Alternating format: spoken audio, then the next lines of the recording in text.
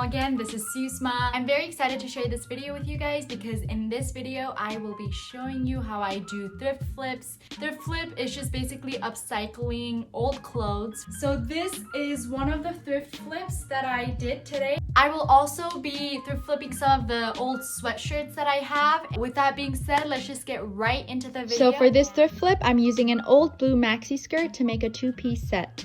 I had already divided the maxi skirt into two parts. Here, I'm just using these pins to help me sew more straighter lines.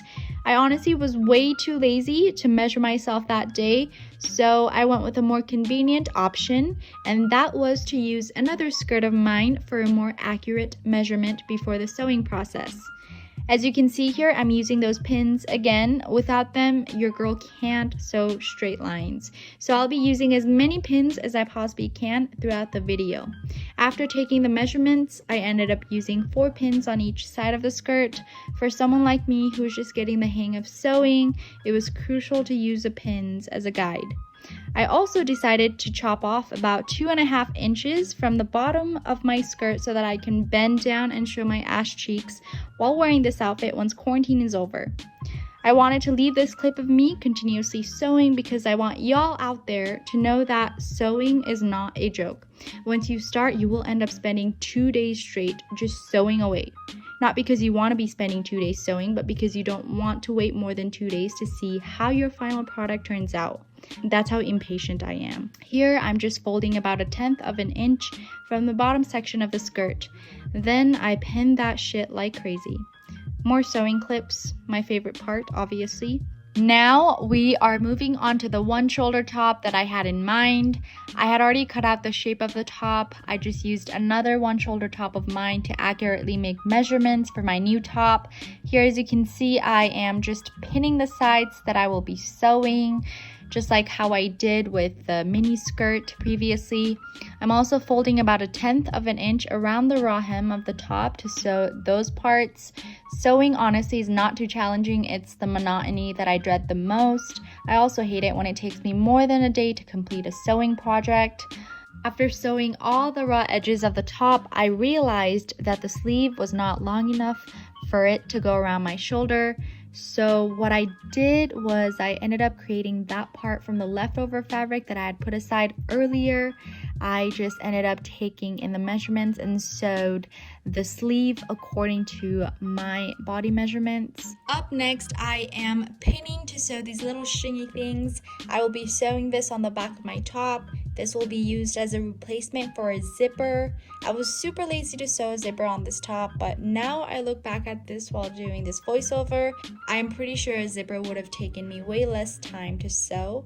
I'm sewing 4 of these, 2 on opposite sides. After sewing on all of the parts, this is how the dress turned out. I am not too excited about it, and I don't think I will be wearing this. This is by far the easiest thrift flip there is. All you have to do is fold a hoodie depending on how cropped you want it to be. I wanted to sew the bottom part right under the Nike logo. Once you have folded your item, just start sewing. I saw this trick on Ashley's channel, aka Best Dressed, and I have been doing this to most of my sweaters and to some of my hoodies. This trick is super helpful, especially with sweaters. After I'm done sewing around the hoodie, I just end up cutting the excess fabric off. The final product looks like this. I have been super obsessed with the cropped look. Up next, I had some leftover fabric from a previous thrift flip. After taking in the measurements, I am just sewing around the pins. This thrift flip is super simple and the fabric is very easy to work with due to its stretchiness. After I'm done sewing both sides of the top, I take some fabric from the bottom part of the top for my straps. I'm making the straps about 1/2 inch. I did not want it to be too thick or thin. Finally, I pin and sew those straps onto my top. And this is the final result. I am in love with this top. Up next, we have our final thrift flip. This is a pretty easy one once you get used to it. I have a gray Russell sweatshirt here, and I want to crop this and sew an elastic on the bottom so that the waist area of the top is cinched. You will see what I mean later in this video. After cropping it to my liking, I'm taking about 1 inch from the bottom of the sweatshirt and pinning that down. Once it's pinned all around, I will be sewing the edges.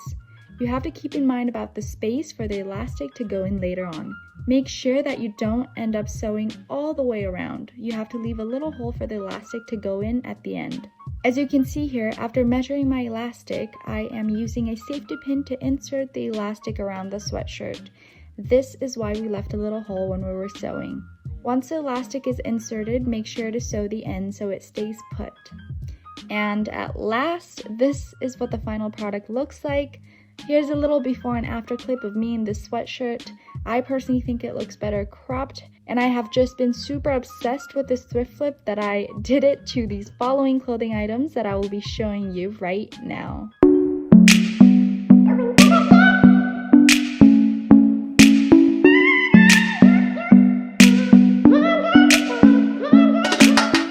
Thank you all so much for watching. Please don't forget to like this video, comment down below, subscribe to my channel if you have not already. Which thrift flip was the one that you liked the most? Thank you again so much for watching, and I will see you in my next one.